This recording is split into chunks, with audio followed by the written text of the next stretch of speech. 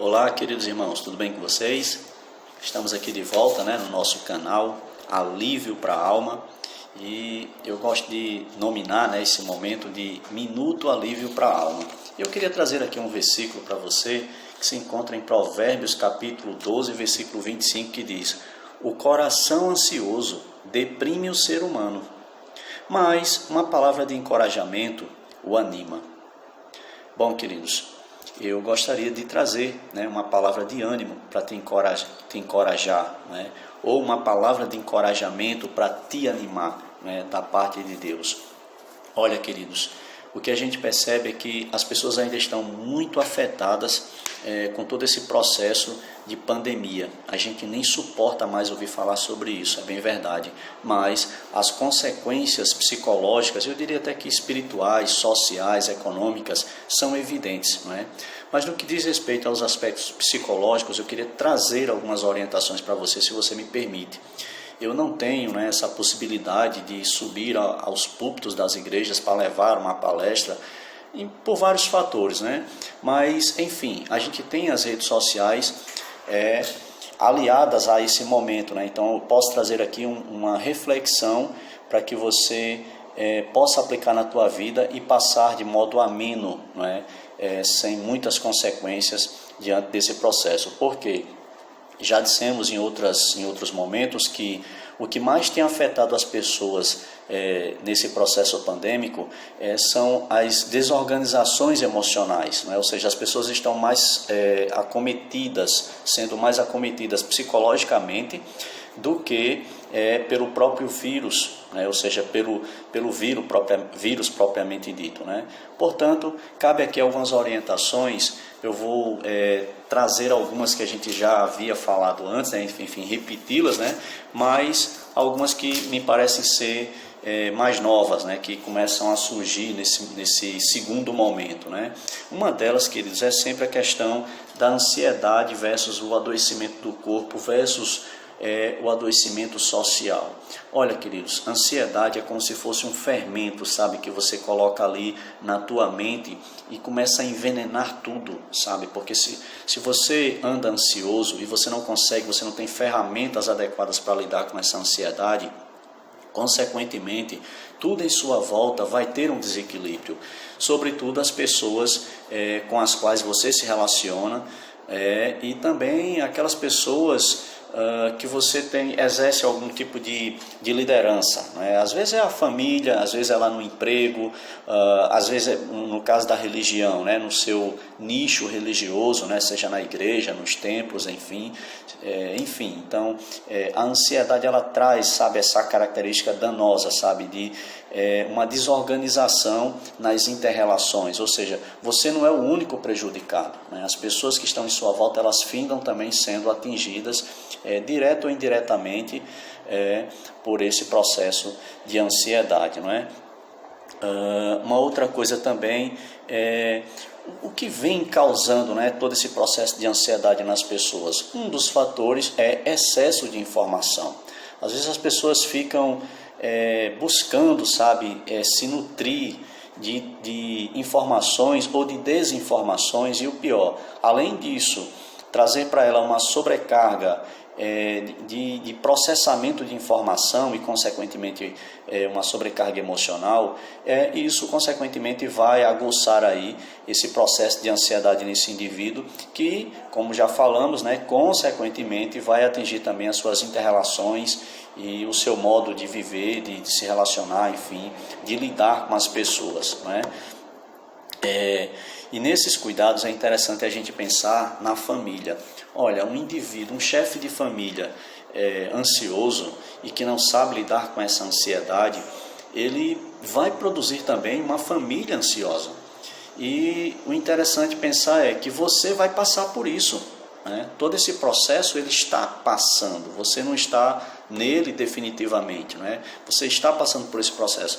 Porém, as consequências da forma como você está lidando com isso, elas permanecerão por um longo tempo na sua vida, sobretudo na vida dos teus filhos, Amanhã ou depois a gente vai ter lá aquele adolescente precisando de um acompanhamento psicológico, Mas trazendo para a nossa realidade, para o mundo cristão, né, para nós evangélicos, católicos, enfim, né, o que é que costuma ocorrer? A gente finda espiritualizando, né, a gente finda estigmatizando esses processos, né, e não se dá conta da responsabilidade que nós temos diante desse processo.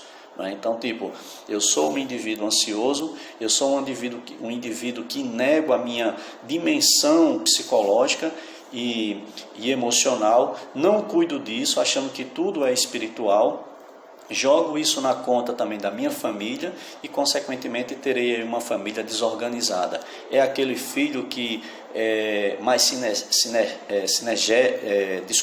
aquele filho com mais agitação psicomotora, né, sinergia, né, aquele filho que de repente começa a se isolar ali dentro de um quarto, aquele filho que do nada começa a aparecer com episódios de choro, né, com desorganização emocional, que começa a se alimentar de modo mais inadequado, ter distúrbio no sono, enfim, são diversos sintomas, né, e sinais característicos de um ambiente conflituoso, de um ambiente em que tem aí como gatilho a ansiedade de um indivíduo que não tem essa, vamos dizer assim, essa humildade ou talvez uma sensibilidade para se aperceber enquanto ansioso. E olha, o falar bonito, o falar bem, o achar que conhece do assunto, isso de uma certa forma nega a tua ansiedade, né? Isso é um erro, né? Porque a ansiedade ela não se apresenta pelo nosso modo de falar, sabe, tão somente pelo que eu conheço dela, mas pelas minhas práticas no dia a dia, né? Então, se minhas práticas elas são práticas ansiosas, sabe, se às vezes até mesmo no modo de falar, no modo como eu falo com as pessoas, né, a metalinguagem, não é? De repente eu estou falando algo que é extremamente importante, mas eu falo com um tom de grosseria, sabe, um tom desagradável, né? Isso pode demonstrar duas coisas, né? Para além de outras, isso pode demonstrar o meu caráter, como também pode estar demonstrando esse processo de ansiedade pelo qual eu estou passando e que, consequentemente, vai sim atingir a tua família, aquelas pessoas que estão em tua volta, né? E se você é um líder na tua empresa, né? Se você é um gestor na tua empresa ou numa religião, você exerce algum cargo eclesiástico, né? E você não se apercebe dessa ansiedade. E eu estou falando de ansiedade, estou sendo pontual, mas pode ter diversos outros transtornos aí, um transtorno borderline, de personalidade borderline, de repente mesmo uma depressão, não é? E tantos outros transtornos que de repente você pode estar projetando nas pessoas pelo fato de você estar negando isso em você e não estar se tratando. E isso é muito sério, né? E a gente tem percebido isso dentro das igrejas, o que é muito sério, gente, porque você vai espiritualizar algo que é da dimensão subjetiva, que é da dimensão espiritual, não é? Eu costumo dizer, Deus de fato ele pode fazer tudo, mas ele não faz tudo. Tem muitas coisas que nos cabe fazer, senão você furaria o pneu do seu carro e você iria orar e Deus iria consertar. Você iria estar com diabetes e você não iria ao médico, você não iria reduzir açúcar na tua dieta, você simplesmente iria orar a Deus e iria viver dissolutamente porque Deus resolve tudo. E não é dessa forma, não é? Então, por fim, uma coisa que a gente tem muito falado também é a questão dessa resistência, principalmente de pessoas, como eu já falei, que exercem cargos de liderança, não é?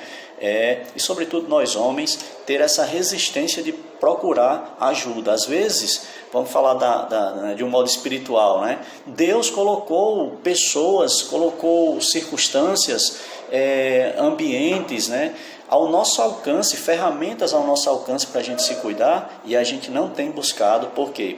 A resistência, porque achamos que não precisamos, né? Que basta ler a Bíblia, que basta assistir um filme, ler um livro de autoajuda e tudo ok. Não é assim que funciona, queridos, né? E eu não sou suspeito para falar, porque sou um profissional da área e também sou um cristão, sou um servo de Deus, vamos dizer assim, transito, né, por esses dois ambientes e sei na prática do que estou falando, né? Uma outra coisa também, a gente já falou do excesso de informações, não é? Um ponto também muito interessante é a gente saber passar as informações para as pessoas, não é? Sobretudo se nós somos líderes, se nós, como já falei, né, exercemos algum cargo de relevância enfim, em alguma instituição, em algum ambiente, e até para a nossa família mesmo, precisamos ter a maturidade para sabermos passar as coisas para as pessoas, né?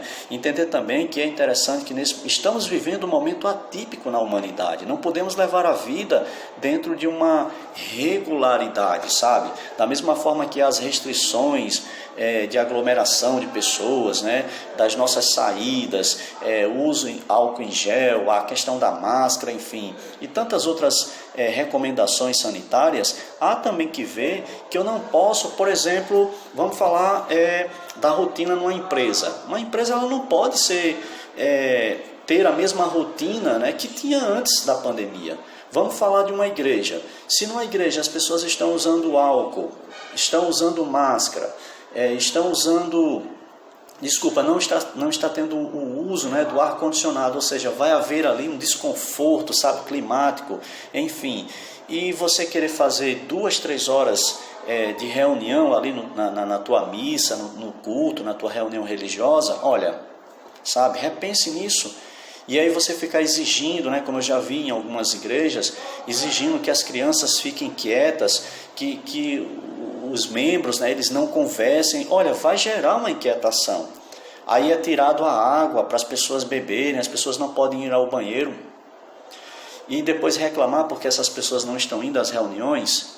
Então, trago aqui essas pontuações, né, são coisas que a gente tem observado ao longo, né, desses dias aí. Como eu falei, tem algumas pontuações que a gente está trazendo nova. O vídeo ficou um pouco longo, mas tem assuntos aqui para a gente delongar aí horas, né? Então, se você é um líder, se você é pai de família, inclusive também as mães de família, né, tem se percebido, né, ansioso, tem se percebido um pouco atípico no que diz respeito às tuas emoções, não se negue essa dimensão, seja humilde, busque ajuda e tente também tomar o cuidado com as pessoas que estão em tua volta, né? Observe quando você está cobrando dessas pessoas aquilo que você quer cobrar de você e por não conseguir, cobra no outro, né? Por fim, estamos aqui à disposição, certo? Vou estar postando isso aqui tanto no YouTube como na página no Facebook, né? As duas páginas têm esse nome, né? Alívio para a alma, porque eu me baseio muito nisso aqui, né? Nesse versículo que diz, né? O coração ansioso deprime o ser humano, mas uma palavra de encorajamento o anima. Deixo para vocês também Provérbios 18:14, 17:22 e Neemias 2:2, né? Depois dá uma pausa no vídeo aí, vê aí quais foram os versículos que eu citei, tá bom? No mais, um beijo no teu coração, que este próximo ano que está a chegar, está às portas, né? Venha com mais esperança, né? Com mais ânimo, com mais presença de Deus na tua vida, tá bom? E esse coração ansioso é o coração que Deus quer habitar, que Deus quer tornar um coração que vai surgir, vai reproduzir palavras de encorajamento para as pessoas e não palavra de maldição, tá bom? Um beijo no teu coração, sou Hermes Carlos e estou aqui à tua disposição. Grande abraço.